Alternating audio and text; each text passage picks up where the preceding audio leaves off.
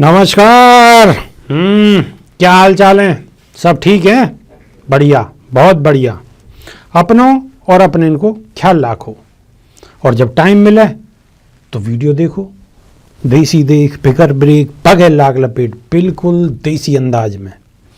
बात उत्तर प्रदेश की होगी और सबसे पहले बसपा सुप्रीमो की होगी।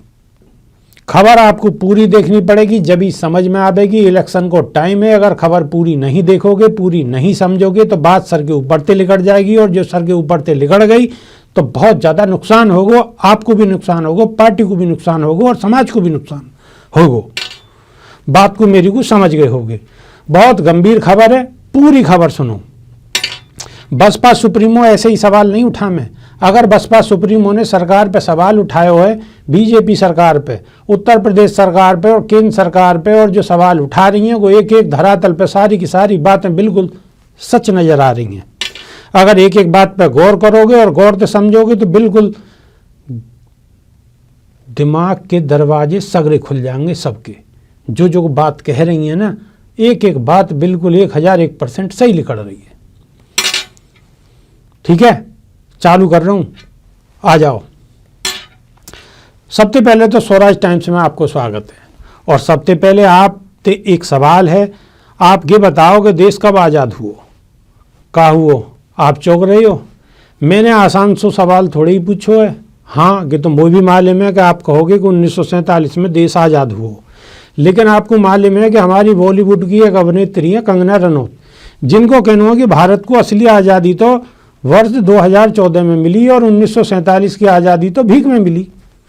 आपकी बात समझ में आ रही कि क्यों ना आ रही? असली जो आज़ादी मिली है 14 में मिली गई है, बातें पहले तो सब फर्जी हो इनके हिसाब से। तो देखो, आपने ऐसी सोच अब विकसित करी जा रही है। तो अब जरा कंगना रनौत ये बतावें कि फिर देश में डॉक्टर भीमराव अंबेडकर को संविधान कब लागू हुआ? क्या संविधान भी 2014 में ही लागू हुआ हो? और अगर कंगना के अनुसार भारत को 2014 में असली आज़ादी मिली तो फिर उन्होंने राष्ट्रपति से पद्मश्री को पुरस्कार क्यों ग्रहण करो? क्योंकि राष्ट्रपति वही संविधान के मद्देनजर देश को प्रथम नागरिक कहलावे है और वही संविधान की शपथ लेके कोई राष्ट्रपति बने हैं। तो फिर कंगना रनौत को पुरस्कार वापस क्यों नहीं कर देना चाहिए? ऐसा है कि देश में एक ऐसा माहौल बनाया जा रहा है, या फिर आप ये भी कह सको हो कि बना दियो गयो है, जाते देश की आज़ादी महात्मा गांधी को विरोध, संविधान को विरोध, बाबा साहब को विरोध, यहाँ तक कि स्वतंत्रता सेनानी इनके विरोध को सही ठहराया जा सके, को सही मानो जा सके। अगर मैं गलत बोल रहा हूँ तो आप फिर केंद्र की मोदी सरकार या पे क्या राय रखे? बताओ भाई, मोदी सरकार यहाँ पे क्या राय रखे? क्योंकि कंगना रनौत को तो केंद्र सरकार ने विशेष सुरक्षा तक दे रखी और हद तो ये है कि कंगना की सुरक्षा में लगे कमांडो कंगना की गाड़ी के दरवाजे खोले हैं। क्या कोई भी सुरक्षा में तैनात कमांडो वा की गाड़ी को दरवाजे खोलने के लिए हुए हैं?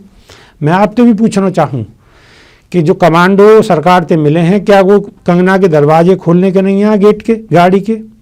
क्या आज़ादी भीख में मिली है? और 2014 में देश को मिली असली आज़ादी वाली कंगना के बयान पर जब भाजपा के ही सांसद वरुण गांधी तीखी प्रतिक्रिया करते हैं तो उल्टे कंगना ही उनके खिलाफ ट्वीट कर दे। दरअसल मैं आपको बताऊं ऐसा क्यों है रो है, ऐसा या नहीं है रो, क्योंकि आपको, हमको, हम सभी को असल मुद्दे पे भटकाया जा रहा है और हम भटक रहे हैं। और वहाँ पर विडम्बना यह है कि हम भटक भी रहे हैं। ये बात मैं पहले भी कह रहा हूँ कि हम भटक रहे हैं, पूरे भटक रहे हैं। अब जरा उत्तर प्रदेश की बात कर ली तो आपको अंदाजा लग जाएगा कि कंगना रनौत ने आखिर क्यों कही कि भारत को तो असली आज़ादी 2014 में मिली। आपको तो मालूम है कि यूपी में कानून व्यवस्था को क्या हाल है। पुलिस की करतूतन की वजह से यूपी में कई ऐसे जीवन समाप्त है गए जिन्हें अभी तक दुनिया में रहना हो। वैसे तो कई ऐसे मामले सामने आए हैं जिनमें पुलिस कस्टडी में लोगों की मौत हुई है, लेकिन हाल ही में कासगंज में पुलिस कस्टडी में अल्ताफ नाम के युवक की जा तरह मौत हुई है और यह मौत को पुलिस आत्महत्या को जो रंग दे रही है वो आपको दांतों तले उंगली दबाने को मजबूर कर देगा। अल्ताफ की पुलिस कस्टडी में मौत के मामले में पुलिस ने दलील दी है कि अल्ताफ ने बाथरूम में लगी टोंटी से फांसी लगा के आत्महत्या कर ली। आपको जान के ये हैरानी होगी कि बाथरूम में लगी टोंटी की ऊंचाई सिर्फ 2 फीट के आसपास है, तो फिर अल्ताफ ने फांसी कैसे लगा ली। लेकिन क्या आप ये सोच रहे हैं कि अगर मायावती सूबे की मुख्यमंत्री होती फिर कानून व्यवस्था के नाम पर यह तरह को खिलवाड़ कानून के साथ ही हुआ हो? तो नहीं, बिल्कुल भी नहीं हुआ हो तो अगर बसपा सुप्रीमो मुख्यमंत्री होती, क्योंकि मायावती को कार्यकाल आपने देखो है, जब कायगू कानून के नाम पर कानून के साथ खिलवाड़ करने को कोई मौका नहीं मिले हो। खुद मायावती ने ट्वीट कर अल्ताफ की मौत पर नाराजगी जताते हुए दोषियों के खिलाफ सख्त कार्रवाई करने की मांग करी है। बात यहीं पर थोड़ी ही खत्म है जाए, अब एक और नया मामला सामने आया है कि मामला है गाजियाबाद के लोनी को, जहां गौ तस्करी के आरोप में पुलिस ने मुठभेड़ के बाद 7 गौ तस्करों को गिरफ्तार करो है। चलो यहाँ तक तो आम सी खबर लग रही है, अब जरा आगे पीछे की सच्चाई को भी जान लो।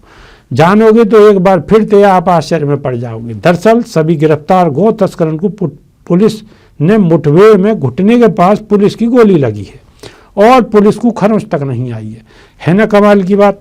ये है उत्तर प्रदेश की पुलिस, जहाँ योगी सरकार में यह तरह की छूट मिली हुई है। तभी तो बसपा सुप्रीमो मायावती यूपी में जारी यह तरह की अव्यवस्था पर लगातार हमलावर हैं। जी हाँ, तो बात समझ में आ गई होगी आपकी। एक तरफ बॉलीवुड अभिनेत्री कंगना रनौत दुष्प्रचार के वही हिस्से को आगे बढ़ा रही हैं जहाँ में स्वतंत्रता सेनानी की शहादत को दरकिनार करो जा रहा है, तो दूसरी तरफ उत्तर प्रदेश में दलित पिछड़े अल्पसंख्यकन को निशाने पर लियो जा रहा है। वैसे जाते जाते अंत में आपसे गई बता तो चलूँ कि पिछले दिनों आगरा में भी एक दलित युवक अरुण वाल्मीकि पुलिस कस्टडी में मौत है गई। शायद यही लिया तो कंगना रनौत ने ये कहे में है कि भारत को असली आज़ादी 2014 में मिली है। अभी तो 2014 के नए कानून के तहत दलित पिछड़े अल्पसंख्यक और मजदूर और दबे कुचले लोगों को बगैर काई भय के निशाने पर लियो जा रहा है। अब तो बात समझ में आ ही गई होगी। ये है असली सच्चाई। आप भी इस संदर्भ में कमेंट बॉक्स में जाकर अपना सुझाव दे सको। साथ ही अगर आपने स्वराज टाइम्स को सब्सक्राइब नहीं करो तो यार सब्सक्राइब जरूर करो, साथ में शेयर करो, लोगों के फ़ोनन में पहुंचाओ और ठोकते रहो ठोकते रहो ठोकते रहो, दूसरे के फ़ोनन में घुसा दो। जब ही पता चलेगी कि अब क्या स्थिति है और जब क्या स्थिति है। अगर बसपा सुप्रीमो मुख्यमंत्री होती तो क्या स्थिति होती, सबको पता पड़ जानी चाहिए। जब ही दिमाग के दरवाजे खुलेंगे। गई सही टाइम है, बिल्कुल सही टाइम गई है, या के बाद में फिर कछु ना है। बिल्कुल सही टाइम है, आगे को बढ़ाते रहो बढ़ाते रहो बढ़ाते रहो।